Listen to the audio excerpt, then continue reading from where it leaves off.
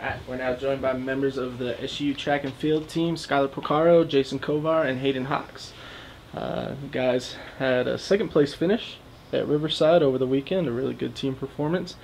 Now there's 3 meets on the docket for this weekend, kind of be splitting up a little bit, so we'll go ahead and open it up for questions. Jason, you're continuing the success along again through these opening meets. What's working well for you? Just consistent training with my throwing and my lifting, and that's helped me to be consistent in the meet as well. Being named, I'm pulling up here, honored by the Big Sky Conference. What does an award like that mean to you when you hear those announcements come Monday, Tuesday?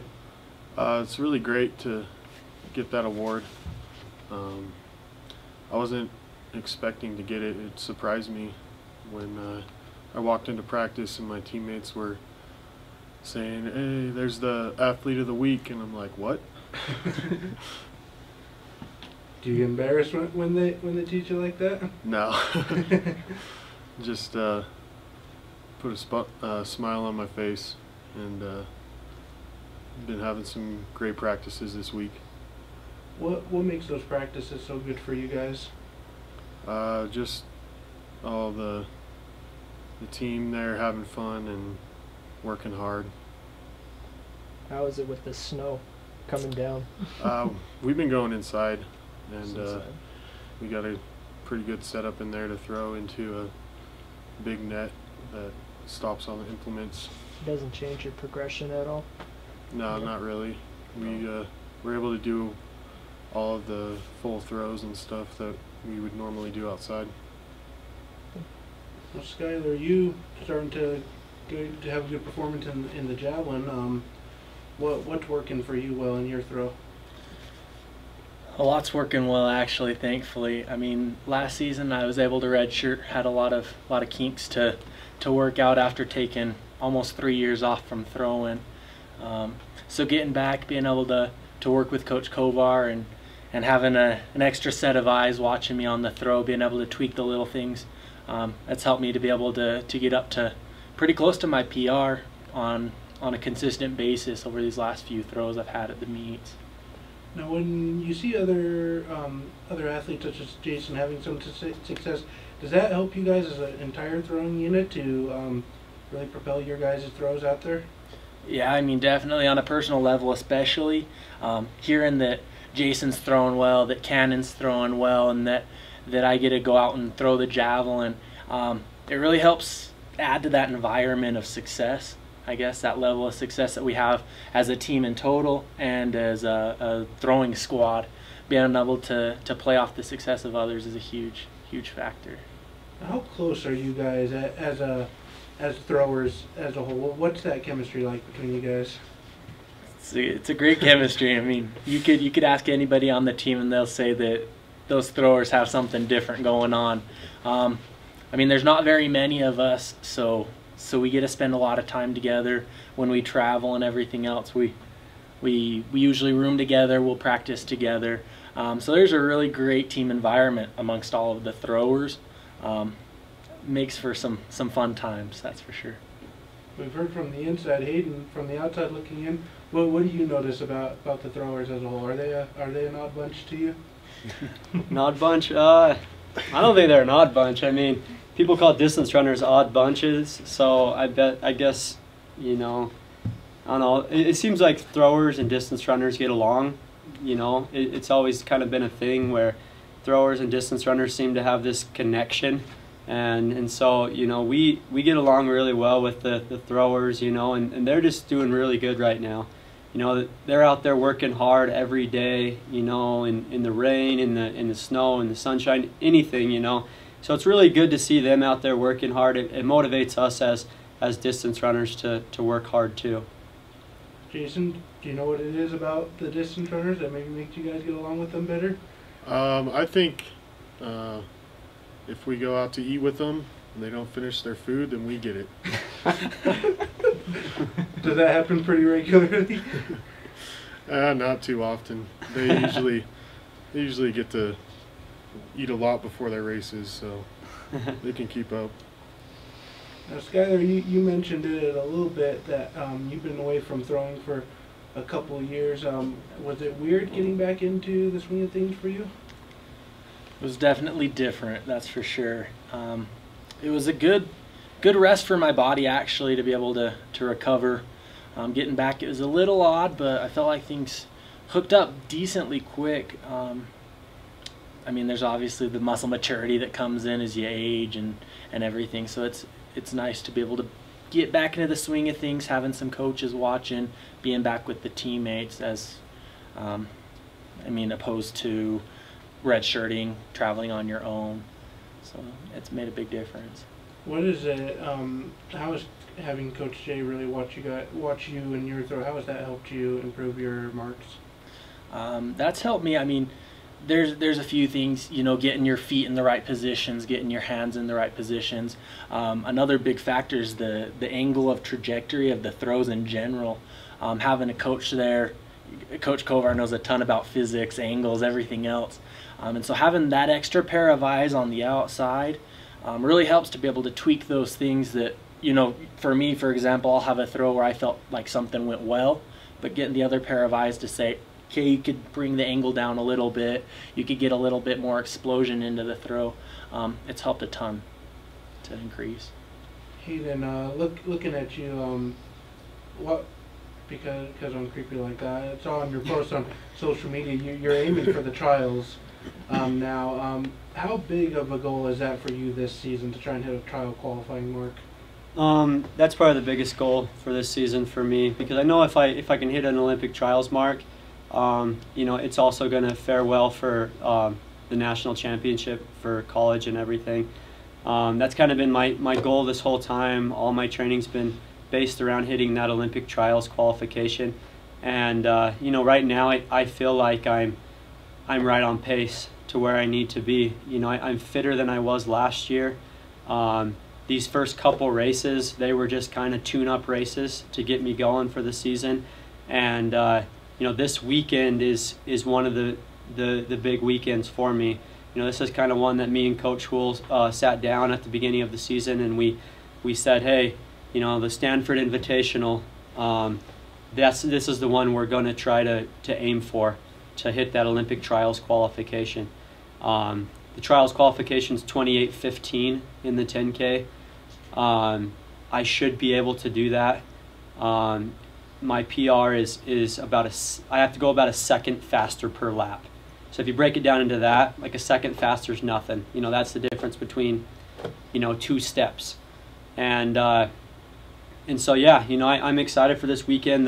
The race is playing out perfectly. There's going to be a lot of fast runners in it that should drag me along, and there's going to be pacers in there to take us right through Olympic trials qualification time.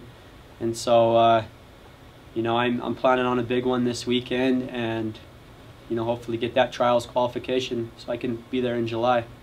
No, just for my clarification, in order to qualify for the trials, is it you have to hit that mark in a U.S. track and field sanctioned event, or is it any of these bigger Stanford Mount Sac relays, any of these type of meets that you have to hit it in? Well, all these meets, I'm pretty sure, I'm not sure exactly, but I'm pretty sure they're all USATF certified.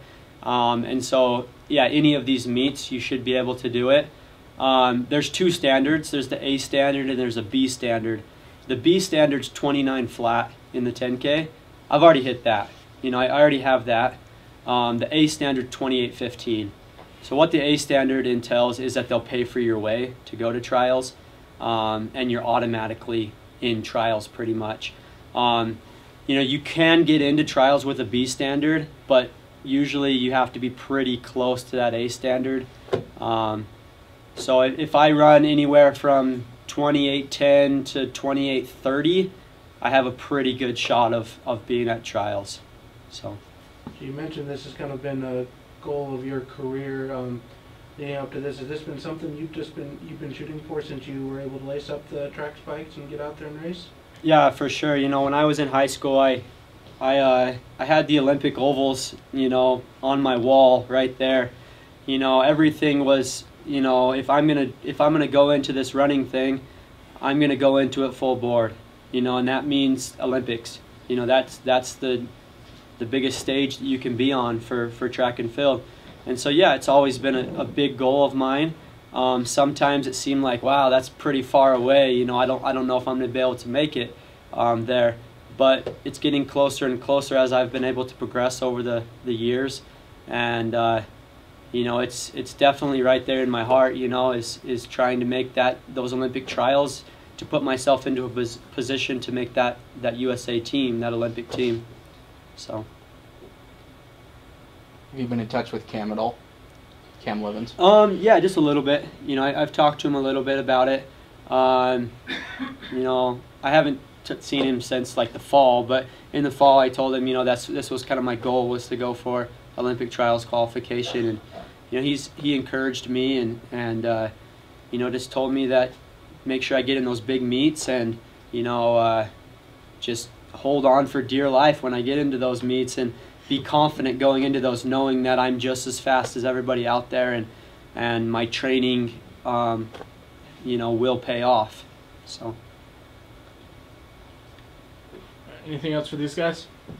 Perfect. Thank you, guys. Thank you.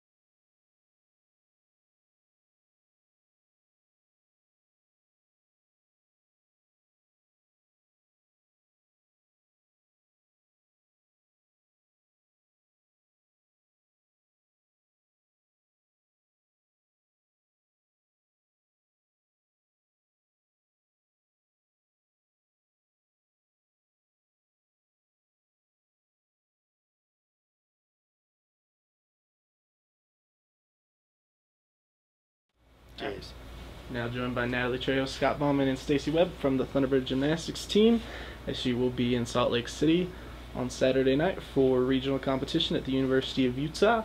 We will let Scotty go ahead and make an opening statement, and then we'll open it up for questions. You know, we're really excited for this challenge, and you know, pretty much everybody is thinking that it's a shoo-in that Utah and UCLA are going to get through to this meet, but you know what? You can never look past teams, and this team they've looked very good in practice for the last week and a half. They competed extremely well their last road meet, and they look better and better every day. So you know, we're a team that can sneak in there, and you know, if Utah or UCLA have the slightest little problem up there, this is a team that can beat them, and we're really excited for that. We know we have to bring our A game up there, though. There's no question about it. They're not going to give it to us. We're not going to easily get through there, but we are going up there with the intention of winning this meet. What have you noticed every time you went to regionals? What was consistent through every year? Just the environment and the atmosphere down on the floor is, you know, there's a lot going on down there. You have two buys, so there's times where you actually get a rest in the middle of the meet, which can do good and bad things for you. So, you know, it's a 6-team meet. It's a 6-team meet. It's not the ideal, you know, situation for us competitively. We like 4-way meets. That's 4 rotations. It makes it really easy, makes it really nice and clean. But you know, this meet takes the ability to mentally stay in the game for a good hour and 45 minutes. You can't back off even a little bit at all throughout this. And I've learned that our team has gotten better and better and better at that each year for the last 5 or 6 years. You know, you needed to get to regionals first, and then once you started getting there, you needed to start feeling really comfortable in that environment and expecting it, and then you go to regionals and you expect to hit and do well. You know, and I think that's where our team's at right now. So for the gymnasts, explain what difficulties there are when there are buys and you have to just kind of sit back and wait for a little bit? I think it could pose a time period to lose your focus and kind of check out a little bit. But we usually do really well with that. We have little team activities that we plan during those times, and if anything, it's just nice for us because it's a little rest for your body. No, you guys have talked about not watching the other teams, but is it hard during that time period to No, not we go watch? in our locker room. No, they just go in their locker room. You know, and with us, the great thing about the way this meet is set up for us in our rotation is that we basically really only have one bye in the meet because we start on a bye. Because once we start competing, we'll just have one bye, the third rotation, you know. And then the one thing that you want to be doing in the last two rotations is competing on something. It doesn't matter what it is, but you want to be competing on those last two rotations, and that's what we're doing. We'll go bars in the fifth rotation and beam in the sixth rotation, you know, and one of two teams gets that, you know, like us in Utah get that draw, so they'll finish on floor and vault, which is a good draw for them. So, you know, we have, I think we have a good advantage that way. We have one of the two draws that gets you that rotation, and we finish on beam every road meet, so it's nothing new for us. Stacy and Natalie, what are you looking forward to most as you head into competition? I think just keeping a level head and working together as a team. We really put it together in the last meet, but there's still room for improvement, so I'm really hoping that as a team, collectively, we can reach that high point. Throughout the times you've been at regionals, what have you seen as a consistent pattern when you compete up there? I don't really think there's a consistent pattern. This is technically my second regionals really competing, because the first regionals I was coming back from an injury and I didn't really compete. But from last year, like, we just went up there and had a lot of fun. We weren't really worried about the competition. We weren't focusing on getting really high scores. We just went out, did our jobs, and just had a blast. So that's what we're looking forward to this weekend too. Coach, what advantages do you see to having the meet so close to home? Oh man, I mean, it was much to the chagrin of these guys. They wanted to go somewhere like Florida or Alabama, or, you know. But for us, it makes it really simple. You know, it's a 3.5-hour bus drive. It's, you know, we have a great fan base here in Utah. The Utah fans they really are, you know, the second best fans in the world next to ours, and they've always cheered us on. They've been great for us up there. So, you know, I think it's great. Utah's going to be wearing some form of red and black. So are we. I like that idea too. You know, there's a lot that goes into this, and you know, the less tired and worn out your athletes are going into that, the better. Normally, you get a 10-day period with which you can make your travel arrangements. Really, 9 to 10 days, and you know, you're lucky if you can get your entire team on one flight out there, and you're lucky if you're not taking a red eye. So I think this is the ideal situation for us. Are you busing or flying? We're busing. Oh, We're busing. we wouldn't fly to Salt Lake. Come on.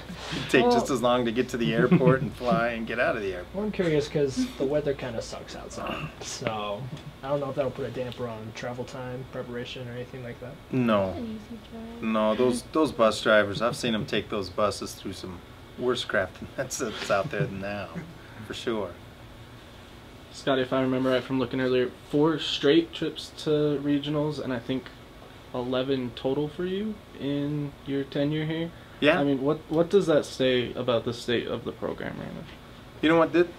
This team and our program expect to make it to regionals now. You know, we're starting to expect to make it to nationals too, and that's where our mind frames are. That's where the program has started to move to, and you know, we're not going to stop until we start getting there on a consistent basis too. I know we can do it. And I know this team can do it. So it's great for our program that we're consistently one of the top teams out there now. It's certainly helped us recruit, that's for sure. Coach, when you look at your team as a whole, what makes this team different than in past years? We have, you know, last year's team was really strong in very similar ways to this team is, and I truly have to credit our leaders within the team. Brittany Jensen last year, certainly Stacy this year, and Natalie. We have a team captain, and then we have a group of a leadership team around them that is voted on by the team, and you know, they do a great job. They do a great job of mediating, you know, problems within the team or between the team and the staff or everything. They've done a great job. And one of the biggest things great leaders will do for your program is to just lead by example. You know, these guys aren't, you know, full of drama. They're not panicker. They don't panic when they are met with adversity. They go out there and they figure it out, and that's what great leaders will do. And they keep a good, calm peace within the team. It's very nice to work with this group of ladies. I think that's honestly the difference. At what point in the season did you see that? Like the best of the best out of them? Okay, that's a good point, because that definitely happened. I would think it was about our 4th or 5th meet. I can't remember. We had a good meet, but the scores were very low the whole time, you know, and I was kind of going nuts on the judges, but the team stayed very calm, and they didn't, you know, make it a problem. And that's exactly what they should have done in that situation. Blocking me out is one of the biggest challenges they have. It's one of the biggest things they work on, I think, every day. But it's one of the biggest challenges, because they'll feed off of my mood too. And you know, these guys do a great job of getting everything calm. And I can't remember what meet it was, but it was about our 4th or 5th meet in when we knew we were not getting the scores that those routines should get.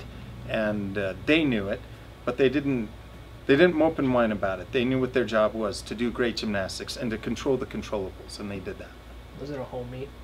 Because it was either Boise or BYU SAC.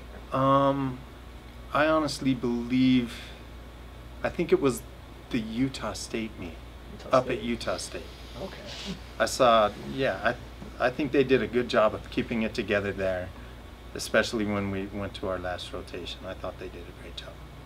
And I think that's when this team really figured out that they were tough to beat, even though Utah State beat us in that meet. I mean, it's funny what they think I think is a good meet and what, because I wasn't happy after that meet, but at the same time I saw those intangibles within the team that made us stronger, and I knew it would down the road. And Natalie, Coach mentioned that he felt like you guys have had a really good week of practice. How have you as a gymnast seen this past week of practice? Only seen good things. We actually have been just focusing on really putting our whole heart and soul into every turn you take in the gym, because everything counts right now. Just cleaning up the details, and today, after today, I'm excited to see what we do this weekend, because today was awesome. We looked amazing yesterday, Yeah. and today. Yeah. This team couldn't be more ready to compete. Hopefully, you know, they can go out and put it all out there.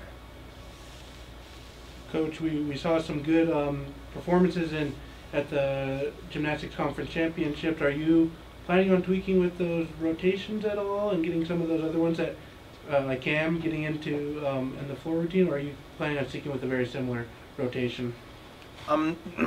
That's again, you know, we don't make our lineup until the 4-minute touch. You know, we honestly, I don't know if I want them to be overly thinking about this stuff or not. You know, we're going to keep the bar lineup pretty much the same. We're going to keep Tylee Bizzuto in there until we feel like Natalie's can do it. You know, Tylee is a very good, very safe bar routine, and we know what she'll score. You know, Natalie is a much higher potential scoring bar routine. You know, and at this meet, every 10th is going to count. So we want to put our best team out there. But again, we want to hit our routines. So, you know, if our first 5 bar workers hit, we'll still do the switch at the end of that bar lineup. With floor, Karen Gonzalez looks very strong again. She looks to be back to almost full strength. And with her coming back, that puts a little bit of relief on Cam and Tylee. You know, if one of those two are sick or something, or Tylee's leg still hurts, you know, or Cam's struggling, then we know we have Karen too. So it makes it really nice. So Yeah, we'll tweak the lineups just a little bit, and we might tweak the vault lineup quite a bit based on what we saw today, because our vault team looked impressive today. And that's the one event in Boise where we struggled a little bit the last 2 meets. So I love what I'm seeing out of them on vault right now. Other than that, it should be about the same. Beam, we're not really going to tweak the beam lineup too much. That thing's pretty steady. Anything else for this group? All right, thank you so much. Thanks, guys. God, that was good questions.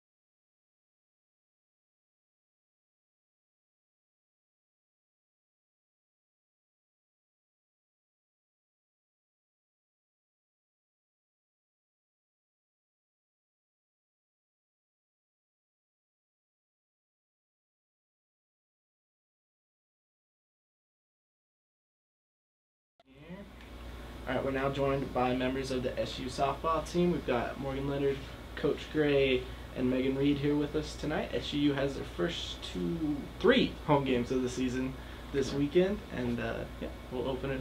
Well, we'll let Coach make a statement, and then we'll open up for questions. Great. Thank you guys for being here. I appreciate it with this weather. I know it's a commitment, you know. We're really happy with our last weekend of competition. We went up to Idaho State, and I thought we played very, very well. Probably well enough to win all 3 games. Had a couple balls we hit at people in that 3rd game that, you know, if they're 5 feet one way or the other, we might win that game. So we're happy with where we're at. We're looking forward to Portland State coming in this weekend. They're going to be a lot of competition. They're going to be solid. They had a good win over Weber State over the weekend, so I think they're going to come in ready to play. And I'm really comfortable with where our girls are at right now and the way our team played last weekend. Did you see kind of a weight lifted off your team after winning game 1 on Friday? Yeah, it was pretty cool. Yeah, and it was such a dramatic game too. You know, going extra innings, and then you know, we kind of blew it open in the 9th. I think it was Morgan led off with the home run. That ball hits somebody, it probably leaves a 4-foot hole coming out the other end. You know, and we just had a great offensive inning, put up 7 runs, and kind of shell-shocked them. And then the second game, it was like a tale of two totally different games. The second game we win 2-0. Kirsten Hostetler comes in and pitches a gem. I mean, he's pitched outstandingly, and Megan hits a 2-run home run after I get our lead runner thrown out at the plate. That's bad news, I guess, but Megan covered up for me and hit that 2-run home run. Is that preseason slope kind of paying off now? I personally think it is, from especially from an offensive standpoint. I mean, we swung the bat really well over the weekend. You know, it's no secret we saw some very good teams with some very good pitching over the first 6 weeks, and now I hope it's going to reap its benefit. I don't think these guys are going to see anybody who they don't think they can handle. Was it an issue before, the offensive point of view? You know, there's always a confidence thing. You know, you want our kids to go out there confident and thinking that they're going to rip anybody who they put in the circle, but I think they persevered really well through it. Ladies, what's it like for you getting that first pair of wins? A little bit of a relief?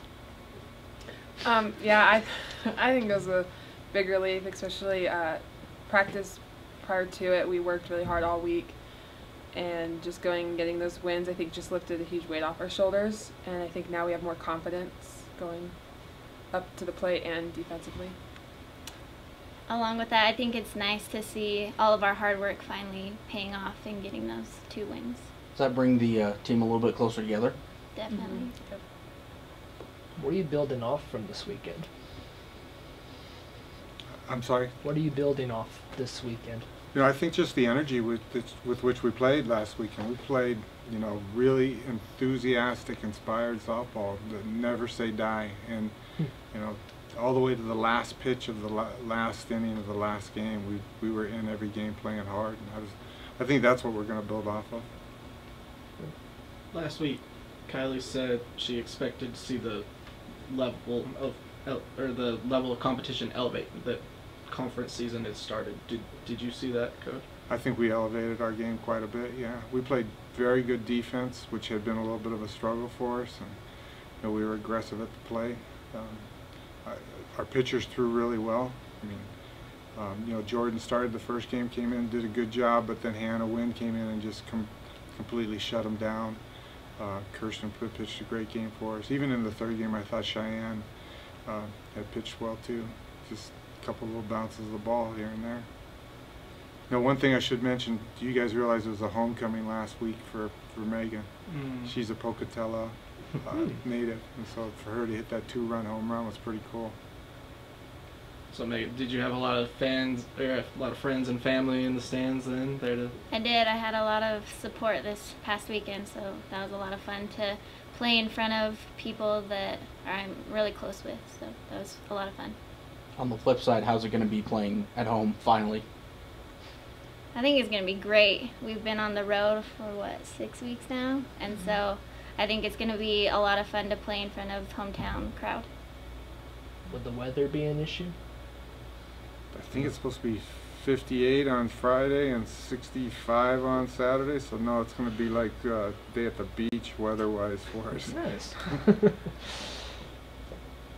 Morgan, what do you feel like the biggest factor will be to make sure you guys, keep the momentum going after picking up those 2 wins? I think coming together as a team like we did, each time, offensively and defensively, I feel like we were constantly talking and picking each other up. And just bringing the same energy. So I think. Coach, do you see any challenges maybe with playing at home after being on the road so long? Maybe team getting accustomed to playing in away stadiums at all? There's not much work to be done when you're playing away. We don't have to worry about making sure the field's in the right shape, and we're all together all the time, traveling together. So those things make being on the road easy, but the fact that they're going to get to sleep in their own beds, the fact that it's our field that we're used to, and I think our grounds crew does a great job. This is all positive in my mind. From past seasons, do you feel you guys play better home or away? I have 1 season under my belt here, and I would have to say we probably play better at home, but we'll find out. I guess we'll find out come Friday, Portland State coming in, what do you expect to see from the Vikings? They've been swinging the bat pretty well. We saw them for a minute down in Las Vegas at one of the tournaments we were at, and they put 12 runs up on Cal State Northridge, which is quite a good offensive performance. So we'll think they'll kind of come in and expect to score a bunch of runs on us. Pitching-wise, I think we're on par with them. Defensively, I really couldn't tell you much about them. Much more concerned with the way we prepare ourselves than I am with them. Anything else for these guys? All right, thank you so much. Thank you, guys. Thank you.